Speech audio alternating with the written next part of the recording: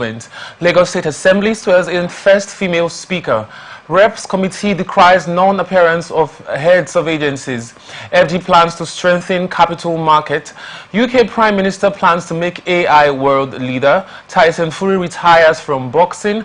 Very dark man battles eye problem.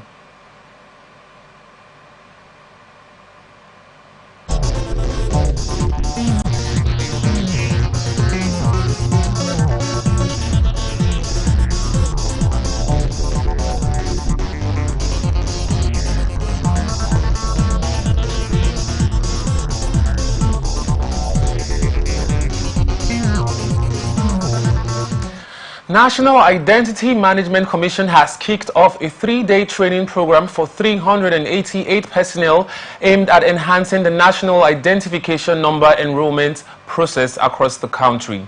The training tagged refresher training of trainers on NIN integration to the National Social Register, technical and hands-on devices and field operations and procedures is in collaboration with the National Social Safety Net Coordinating Office. The training is also to equip personnel with the necessary skills to efficiently handle the complexities of enrollment processes. In her address at the event held in Port Harcourt on Monday, the Director General and Chief Executive Officer of NIMC, Abisoye Koka Odusote, said the initiative aligns with the Commission's overarching goal of achieving secured and great success for the Renewed Hope social initiatives. Represented by her technical advisor on ICT, Adedapo Adedoyin, the NIMC DG said the event is a pivotal initiative that marks a significant step forward in our mission to enhance and modernize the national identification number enrollment process across Nigeria. Koka Odusote explained that the training program will be conducted in 2 batches, encompassing 4 states, which are Kwara, Nasarawa, Kano, and Rivers. A total of 388 attendees will participate in this initiative, including 225 NASCO State Operations Coordinating Unit representatives, 35 NIMC facilitators, and 128 support staff.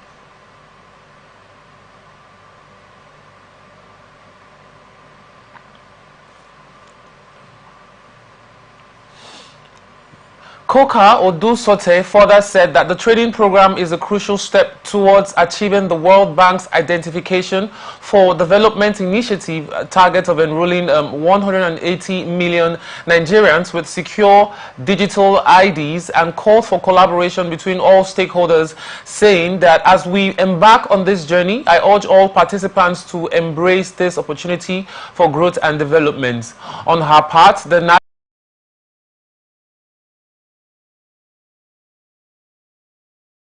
Olutu reeled out the objectives of the training, adding that the integration will strengthen the National Social Register, ensure data accuracy and integrity, and also facilitate efficient targeting of beneficiaries, promoting inclusive growth and development. Edo State Governorship Election Petition Tribunal has adjourned to Wednesday, January 15, 2025, for the commencement of a full hearing on the petition filed by Dr. Asue Ighodalo and his party, the People's Democratic Party, challenging the declaration of Governor Monday Okpebholo of the All Progressives Congress as the winner of the 21st September 2024 election.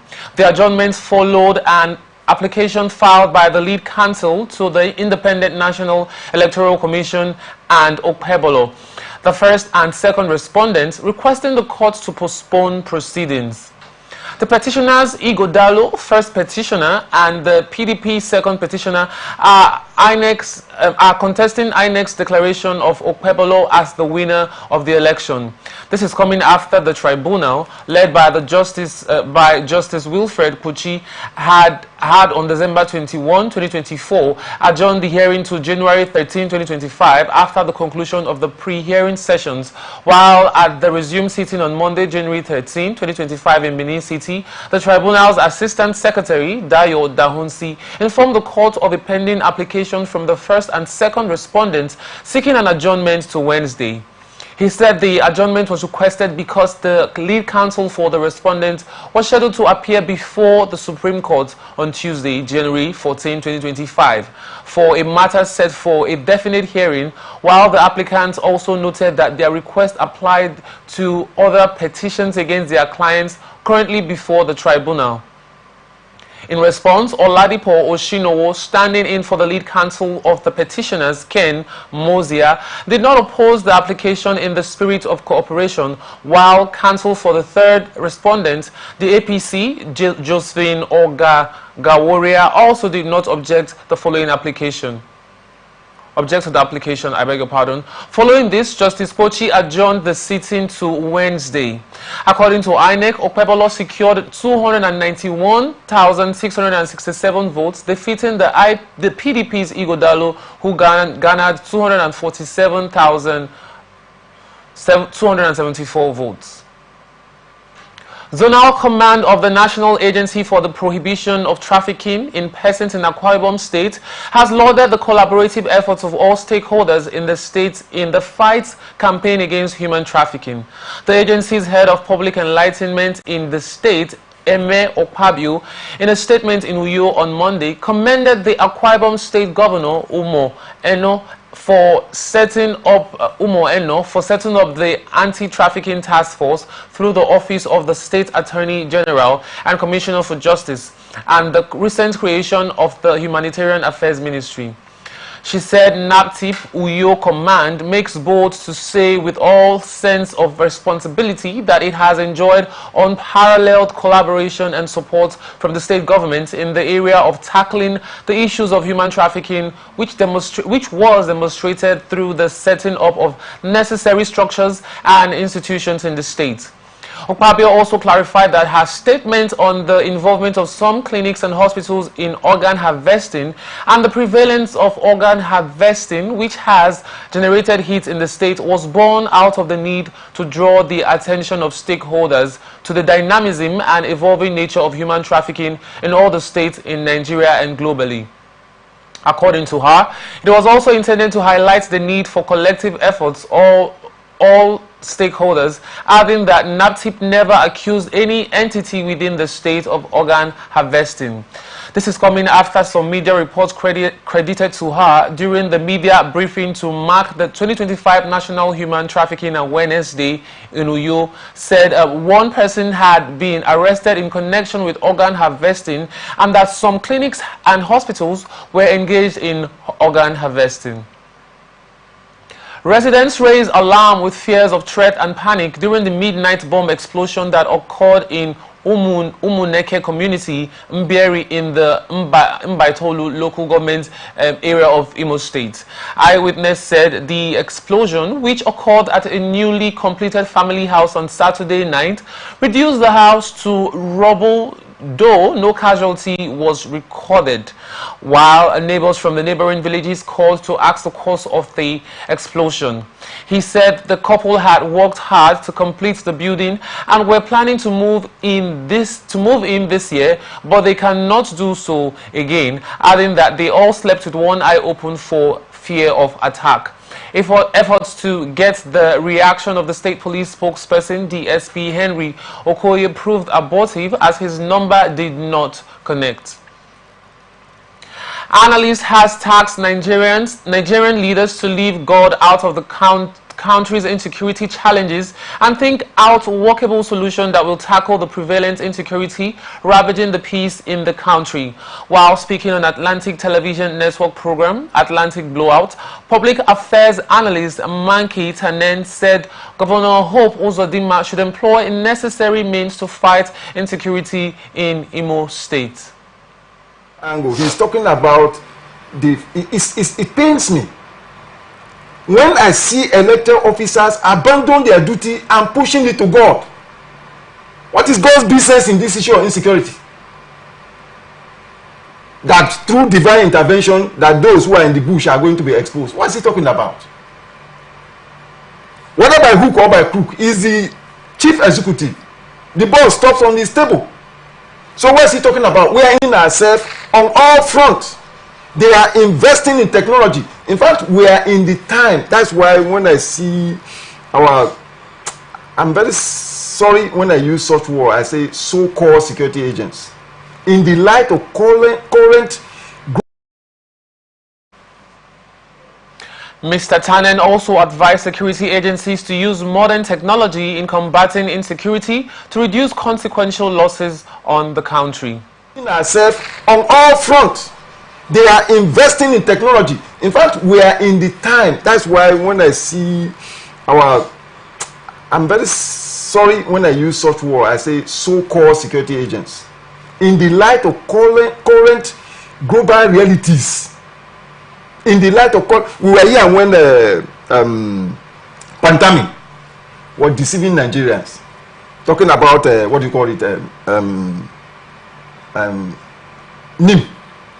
That with NIM, that anywhere you are, you can be tracked. And so long you are using for, it is current and it is correct. That okay, you know, some time ago, that was my first time of having such experience, wherein I was confronted openly around 1 p.m. at one point, and my Samsung phone was taken from me. Right now, I understand that I can retrieve that phone so long there's a particular number, security number of that phone. I'm going to do a petition shortly from now, and I'm very hopeful because I've seen cases. That is the time we are in.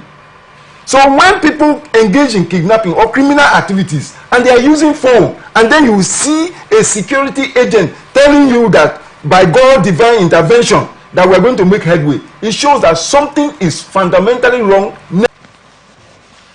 This comes after Imo State Governor Hope Uzodinma had assured residents that those involved in kidnapping for commercial purposes will soon have nowhere to hide within the state.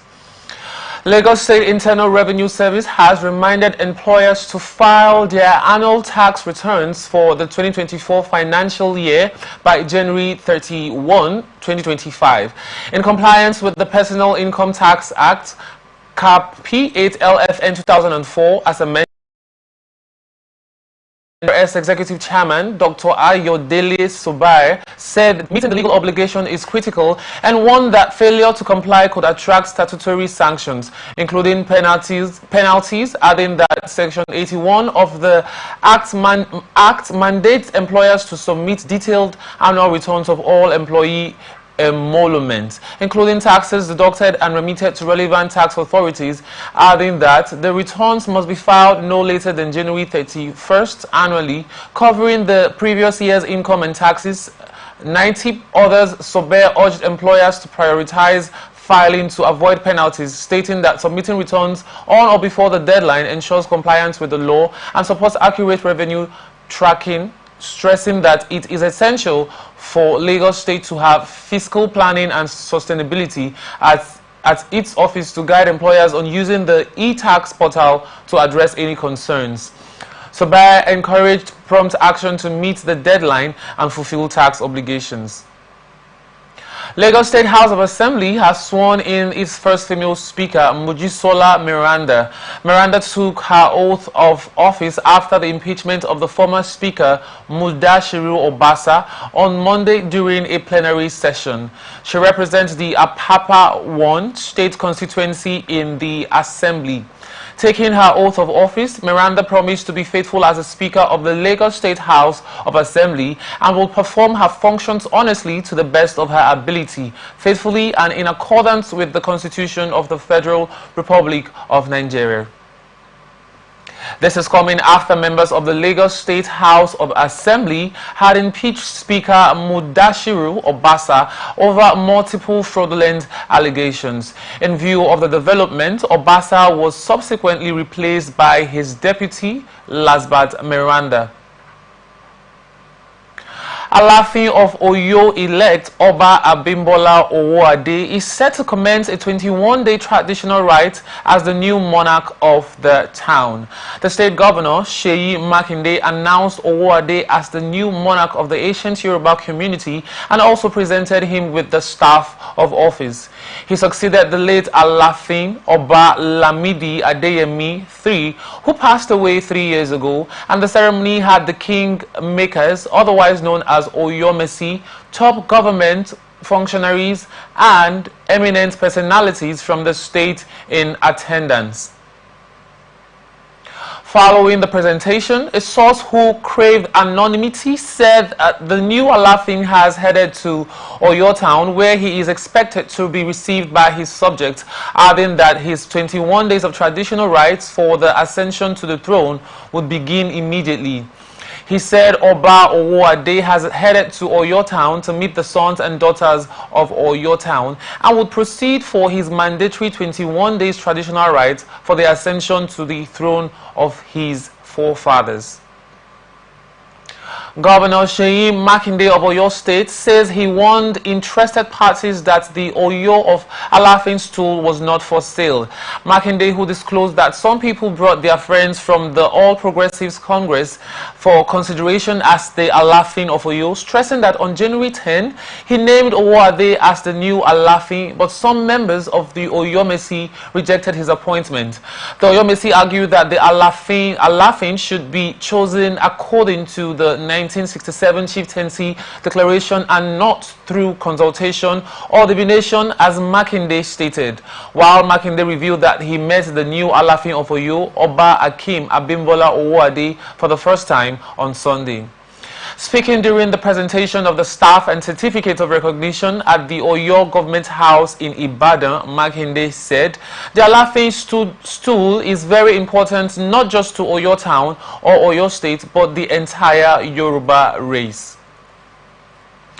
Oyo State government has filed 8 counts bordering on murder and manslaughter against the ex-queen of the Oni of Ife, Naomi Silekunola, the proprietor of an Ibadan-based radio station, Oriyomi Hamzat, and the principal of Islamic High School, Bashiru Ibadan, Abdullahi Fasai, over the December 18, 2024 Form First Stampede, during which 35 children died.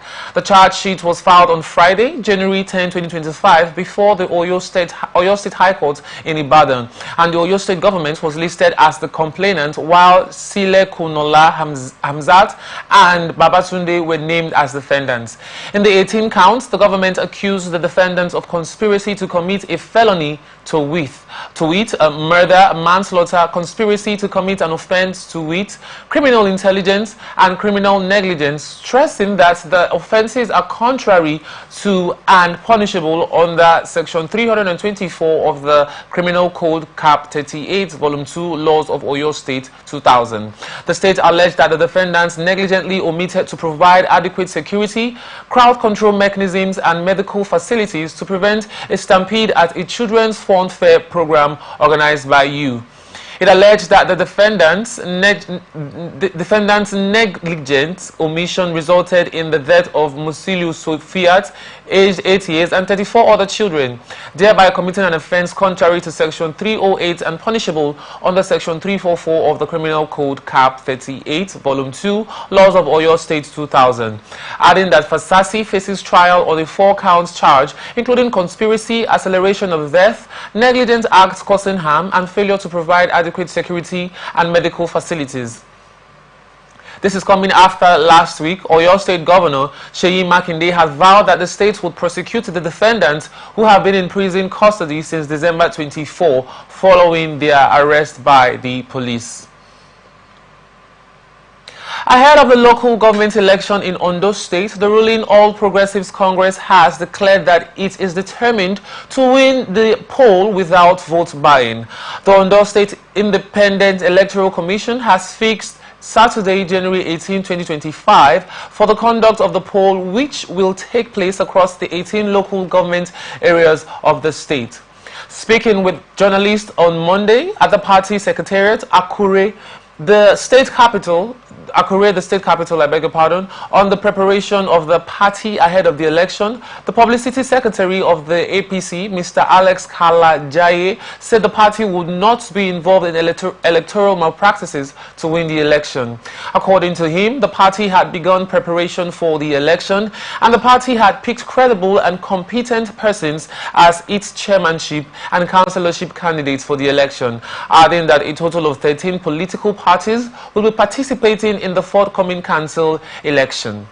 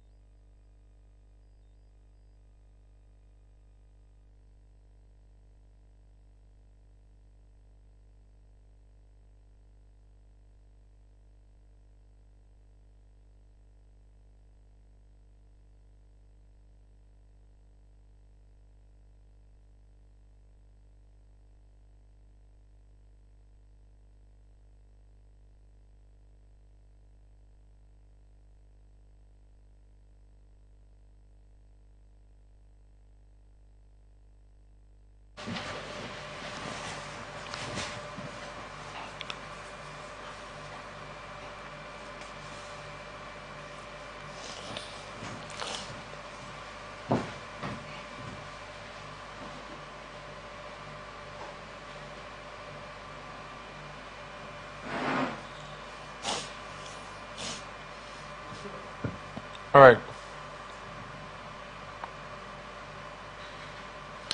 Odutola said the suspect reported herself alongside the corpse of her dead husband to the police, and she has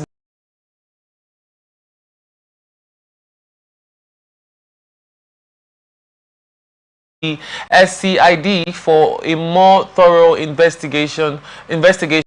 Meanwhile, the Commissioner of Police, Lanre Ogunlowo, advised couples to seek peaceful ways of resolving conflicts rather than engaging in fights, rancor, and acrimony. Authorities of Moshood Abiola Polytechnic, Abeokuta, Ogun State, have declared an indefinite closure of the Polytechnic amid a call for protest by some aggrieved students over result verification. This is coming after students of the Polytechnic who had their national diploma in another Polytechnic are having issues verifying their results, adding that the resulting issue has fueled concerns among the students who often encounter delays in the release of their results, thereby leading to a call for protest. The institution's public relations officer, Yemi Ajibola, in a statement on Monday, announced the indefinite closure, adding that the decision was to ensure the safety of the students. We'll go on a short break, and when we return, we continue with the rest of our stories, so please stay with us.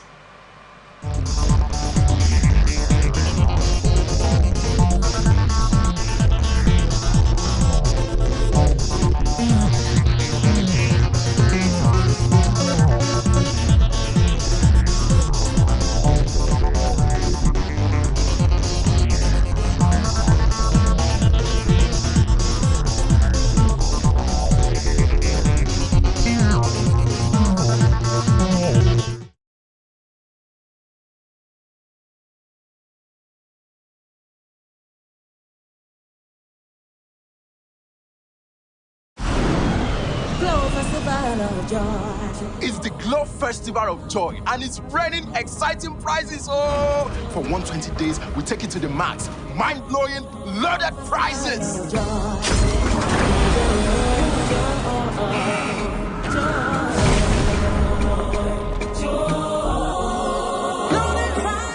Take John, winning a tear rubber Toyota Prado by recharging up to 100,000 naira.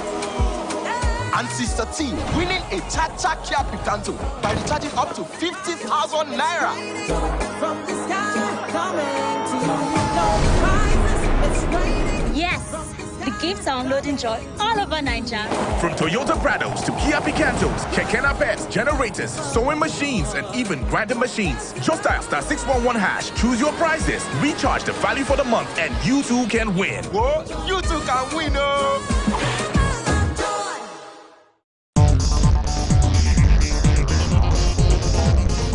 Middle-aged man suspected to be a Yahoo boy, internet fraudster, and identified simply as Adaju has been arrested for allegedly killing his girlfriend for ritual purposes. This is coming after the suspect was apprehended in Agwan, Saki, Orozo, a boundary area between Nasarawa State and the Federal Capital Territory. The suspect's arrest was reportedly facilitated by an intelligence tip-off, leading security agents to an uncompleted building in the area. The secretary of the Orozo community, Comrade Ambwami Nohoson Daniel, confirmed the incident in a post on his Facebook page, while the FCT Police Public Relations Officer, SP Josephine Ade, said that the incident did not happen within the territory. According to her, the crime was committed in Nasarawa State and not in the FCT, as been circulated on social media, while the Nasarawa State Police Public Relations Officer, Rahman Nansel, said no report yet on the matter. FCT Administration Security Team has banned activities of scavengers stealing manholes cover in the city center of Abuja with effect of 14th January 2025. FCT Police Commissioner CP Olatunji Disu, who disclosed this on Monday 13th January 2025 after the first FCT security meeting in Abuja, also said scavengers operations will be limited only at the doomed sites of Abuja and no more in the city center in order to safely guard public property from damages. The Federal Capital Territory, because they remove all these manholes, and while driving at night, you may not know that it has been removed and is capable of causing death.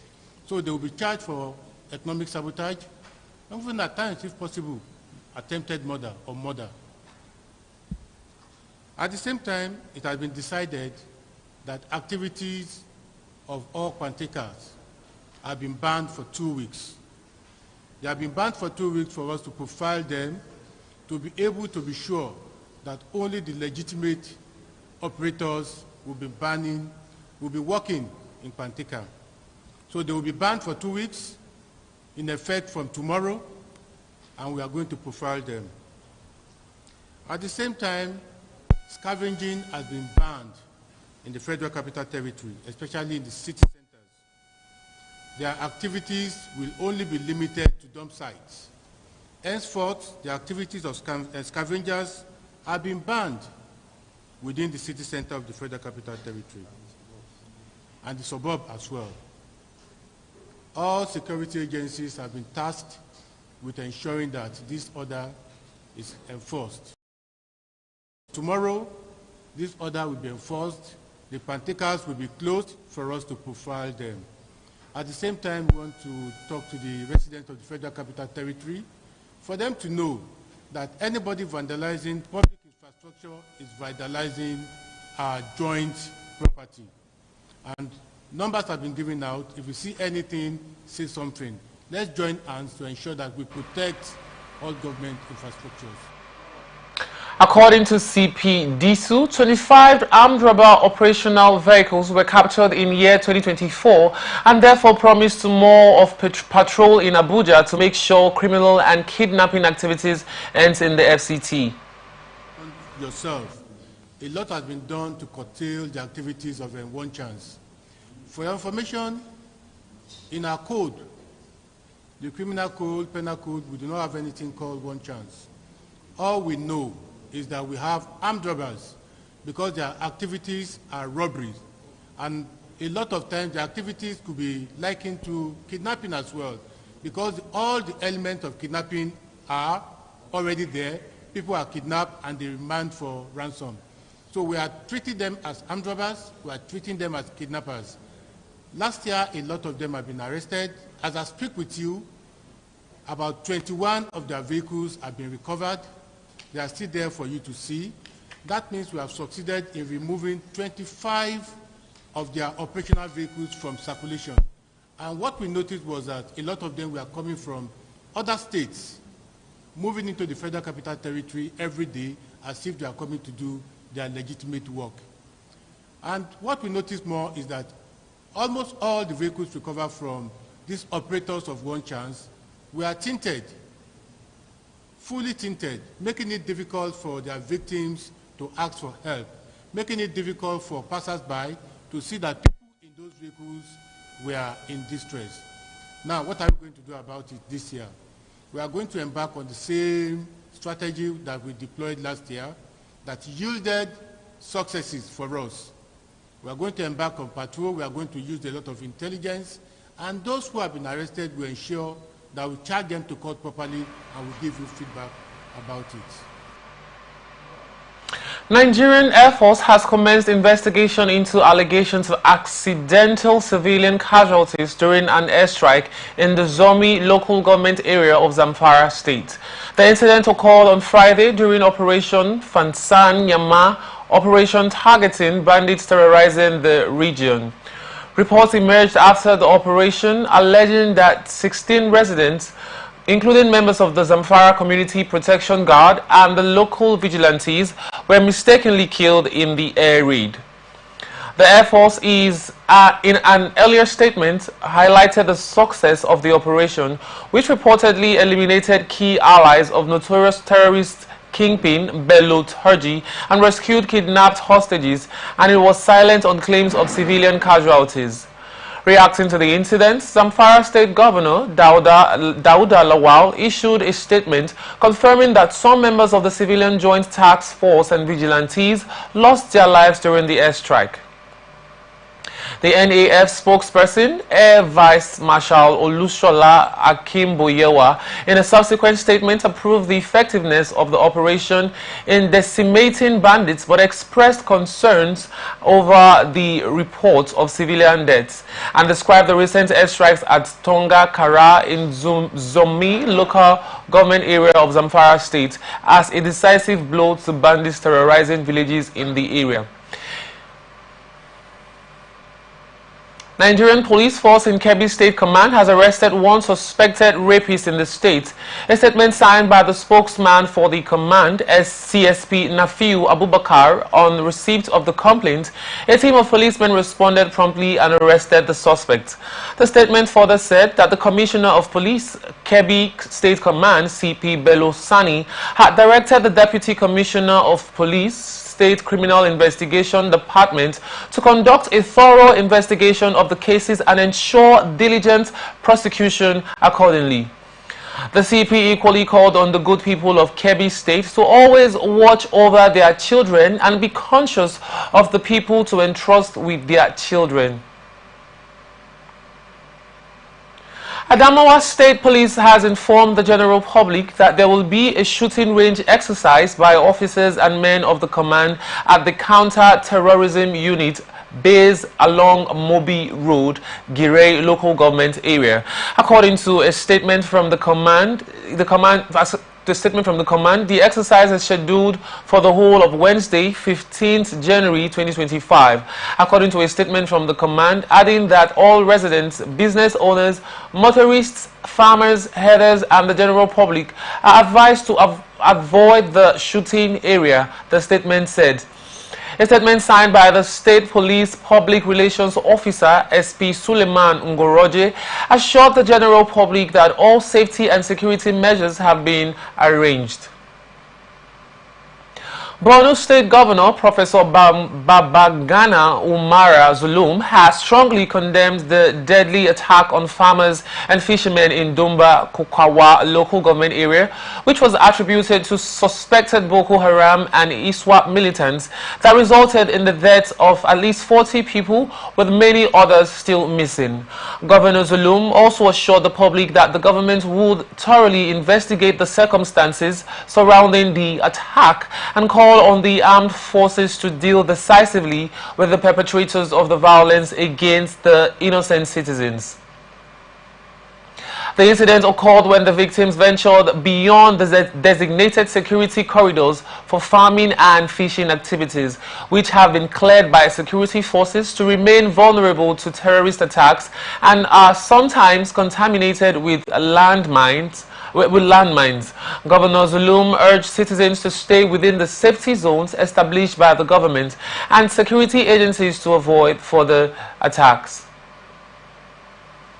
Suspected terrorists have killed 2 worshippers in Ecclesia Yanua, a Nigerian church located in the Chibok local government area of Borno State. The police public relations officer for the Borno State Police Command, ASP Nahum Daso, who confirmed the attack in Maiduguri on Monday, said that the command has mounted surveillance and an armed team to restore confidence among residents of the area. He also said, aside from the 2 deaths, 2 others, including Esther Yohana and Ali Yohana, sustained gunshot injuries. Also, a statement by the media team of the chairman, Chibok local government, Mustafa Madu, said the terrorists attacked around 2:10 a.m. on Sunday, while the chairman of Chibok local government area, Mustafa Madu, condoled with the family of the bereaved and also inspected all burnt houses, shops, and the church auditorium. House of Representatives has expressed displeasure over the refusal of heads of government agencies to respond to the invitation of the House to appear before an investigative hearing on the operations of the Nigeria Customs Services and the management of the nation's borders, thereby stalling the investigative hearing. Led by the chairman of the House Committee on Customs and Excise, Honorable Leke Abejide, and Chairman Committee on Interior, Honorable Abdullahi Ahmed, the House had invited the Minister of Interior, Comptroller General of Customs, Comptroller General of the Nigeria Immigration Service, and other stakeholders to the investigative hearing on the modernization of the Nigeria Customs Service. The House, at 2 sittings, had ordered the committees to investigate the modernization project of the Nigerian Customs Service, e-Customs, concession to trade modernization project, and the role of web fountain in the e-Customs framework, as well as the need to employ modern technology to secure Nigeria's borders and address the challenges posed by illegal migration and border management.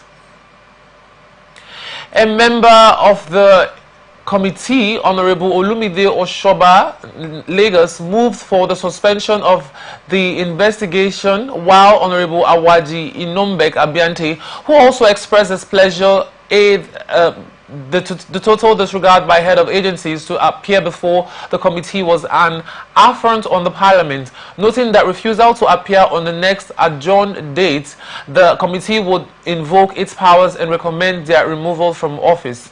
In his ruling, Chairman of the House Committee on Customs, Leke Abejide, said despite the busy schedule of the lawmakers, they made out time to carry out the national assignment, pointing out that the investigative hearing would have to be shifted to another day, preferably after the passage of the national budget.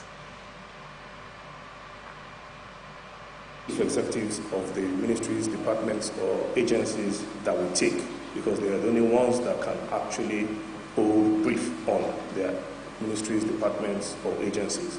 In view of this, I'd like to move a motion that these 3 committees suspend this hearing and give them another time where and when the chief executives of the ministry, which is the minister, the CGC of Customs, and the Comptroller of Immigration will be present to give the committee the right report. Contemplate recommending for their replacements, because such attitude will not help in advancing the cause of this government. And knowing too well where we stand, especially relative to the challenges of financing the budget, this hearing and the outcome is very key, principal and primary to all that this government and administration will achieve. So if they continue disrespecting the invitations without any obvious reasons, we should contemplate recommending, because they have shown probably gross negligence, or they are tired of the assignment that Mr. President has granted them. That's just the addition I had wanted to add. So we cannot talk to any other person apart from the head of the agencies and the minister, because this assignment was given to us to carry out on behalf of the House of Representatives. We are not doing it by ourselves, and we have to report back to the plenary. Now, the motion on grounds, those in support say aye. Aye. Those against say nay. The ayes have it. Then, this sitting is hereby suspended indefinitely. We don't know the date yet. We will write you again and give you dates to appear, and the head of agencies must appear here. Because we are not joking. This is not for us, it's for Nigerians and for the progress of the country.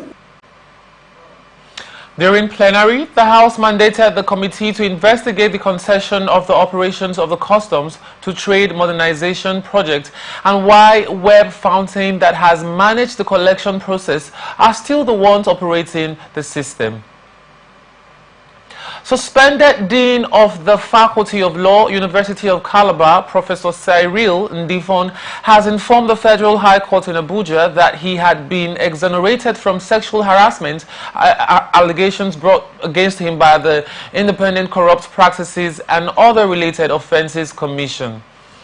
Ndifon, who disclosed this to the open court when he opened his defense, said the former Inspector General of Police, Solomon Arase, and the former Attorney General of the Federation, Abubakar Malami, reviewed his case and stated that he had no case to answer. This is coming when Ndifon was rearraigned by the ICPC on January 25, 2024, alongside his lawyer, Sonny Anyanwu, on 4 counts bordering on alleged sexual harassment and an attempt to perverse the course of justice.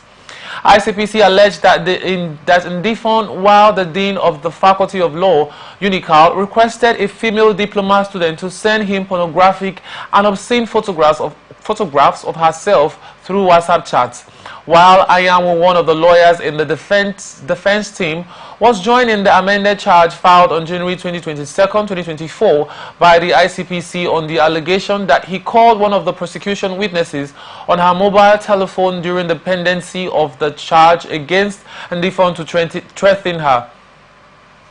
They both, however, pleaded not guilty to the charges but were denied bail twice to enable the star witness, who has allegedly threatened by Anyanwu, to give her defense first, and afterwards the court on February 9, 2024 proceeded to grant Ndifon and Anyanwu 250 million naira and 50 million naira bail respectively, with 2 sureties in like sum. Justice Omotosho also dismissed a no-case submission filed on behalf of the professor, which claimed that the text messages between the professor and the star witness, TKG, name withheld, were that of emotional feelings between 2 lovers and did not in any way put either of the party under fear. In his ruling, Justice Omotosho held that the defendant had a case to answer and ordered that the trial should commence. And during the trial, the star witness, a female diploma student identified as TKG, who was the second prosecution witness in the case, testified that Ndifon forced her to perform oral sex on him in exchange for help with admission into UNICAL. The matter was adjourned to Tuesday, January 14, for a continuation of the hearing. Senator Samuel Anyanwu says he remains the substantive national security of the People's Democratic Party. This is coming after last week the appeal court in Enugu State dismissed Anyanwu's position, upholding the decision that recognized former national youth leader Sunday Okoye as a national secretary. Upon arriving at the PDP national headquarters in Abuja around 10:50 a.m., Anyanwu said with the stay of execution that the status quo must be preserved, meaning he remains the national secretary until the court resolves the matter. Nigeria police has stormed the national headquarters of the People's Democratic Party as both the embattled national secretary of the party, Samuel Anyanwu, and Ude Okoye, whom the Court of Appeal declared as the authentic national secretary of the party, are set to resume work today.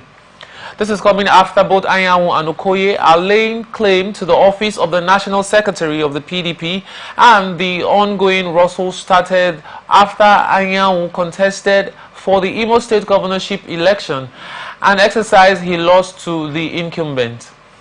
Upon his return to the party, Okoye, who held sway while he was away, while he challenged his right to return to an office, he vacated to contest for an election in his state after the court had ruled in favor of Okoye and last week.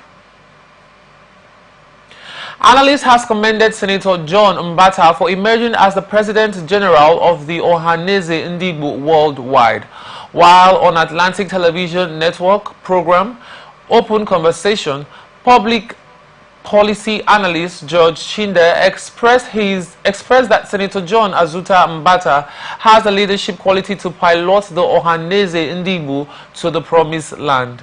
The General of Ohaneze Ndigbo worldwide.